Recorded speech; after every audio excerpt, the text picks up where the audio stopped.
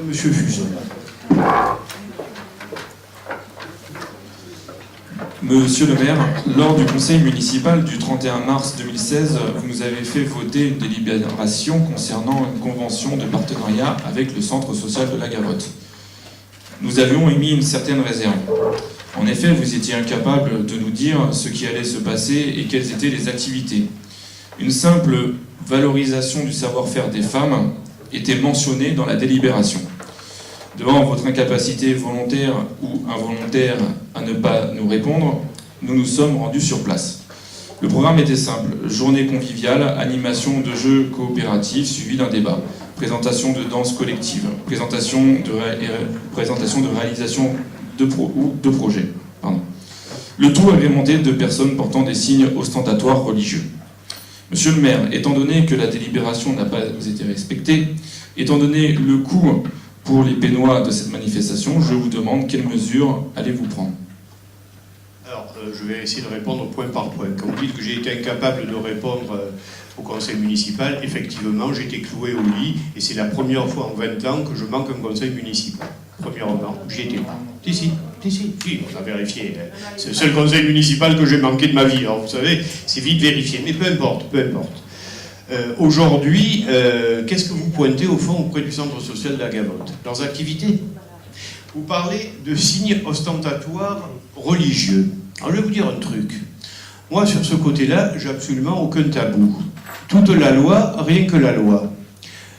Dans notre société française, il n'est pas interdit à une femme de porter le voile. Voilà, c'est comme ça.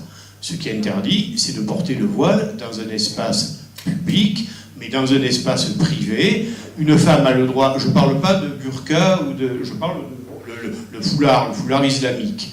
Pas plus qu'il est interdit à quelqu'un d'avoir une croix pectorale comme ça, pas plus qu'il est interdit à quelqu'un de confession juive de porter la kippa. Donc, de grâce, dans un moment où notre histoire est déjà suffisamment secouée par les problèmes religieux et de terrorisme, ne pointez pas du doigt des filles, des jeunes femmes qui ont envie de porter le voile. C'est ce que vous venez de faire. Ah non, ça c'est vous qui ont... C'est vous qui dites ça. Je parle de signos. Qui vous dit que je parlais pas de bouddhiste? C'est vous qui faites des amalgames. Vous faites des amalgames. Ouais. Alors, est-ce qu'il y avait des moines bouddhistes avec les sandales et la robe safran? Vous avez l'art de vous foutre du monde, mais c'est vraisemblable. Si d'ostentatoire religieux, vous procédez par insinuation, c'est la pire des choses. C'est vous. Peu importe, c'est de ça qu'il s'agit, et tout le monde le sait très bien. On connaît vos positions là-dessus. Non, mais c'est vous. Après, si vous daignez participer, comme vous en avez la possibilité, aux commissions culture, vous auriez eu toutes les explications. La commission culture ne vous intéressait pas. Je ne sais pas qui a dit dans votre mouvance politique, quand j'entends le mot culture, je sors mon revolver, mais sans doute vous répétez cet adage. Donc je vous ai... Non, ça c'est l'extrême gauche. C'est l'extrême gauche qui a dit ça? C'est vos amis. C'est l'extrême gauche qui a dit ça? Oui. Vous savez qui a dit ça? Allez, je ne vais pas vous le dire, vous chercherez sur Internet, ça vous occupera le reste de la soirée. Donc, non, Goebbels. Je suis désolé, c'est Goebbels. Mais vous êtes loin de cette... Oui, c'est quelqu'un de gauche. Vous êtes loin de cette... Je suis pas de gauche. Parfait. Impeccable, allez, on n'en parle plus. Donc, je vous ai répondu, Goebbels était à gauche, et les signes ostentatoires religieux, c'était des bouddhistes. Non, je crois qu'il faut mettre un peu de sérieux, et je vais arrêter là. Non, vous avez pas répondu à la question. Je vous ai parfaitement répondu non, pas du tout. À votre question. Vous n'avez pas répondu, donc répondez. Je vous ai posé une question, vous ne répondez pas. Le centre social a eu effectivement sa journée. C'est une association. Je n'ai pas fait attention, vous avez voté pour, contre, abstention tout à l'heure, centre social? On s'est abstenu. Vous êtes abstenu. Bon.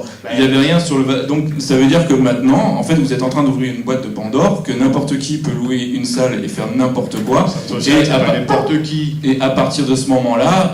le centre social n'est pas n'importe qui. Il n'y aura pas de problème. C'est une association avec qui nous avons une convention tripartite, avec l'État, la Caisse d'allocation familiale, le conseil départemental et la mairie. Vous dites que c'est n'importe qui, et je ne suis pas toujours d'accord. Je suis pas toujours d'accord avec leur orientation. Je ne suis pas toujours d'accord à l'orientation. Après, me classer à l'extrême gauche, ça me fait doucement rigoler. Allez, c'est pas grave. Vous siégez au Sénat avec Robert Hue. Écoutez, j'aime autant siéger avec Robert Hue qu'avec l'extrême droite du Sénat, qui d'ailleurs est rarement présente, comme vous pouvez le vérifier sur les sites dédiés. Allez, l'incident est clos et la séance est levée. Merci.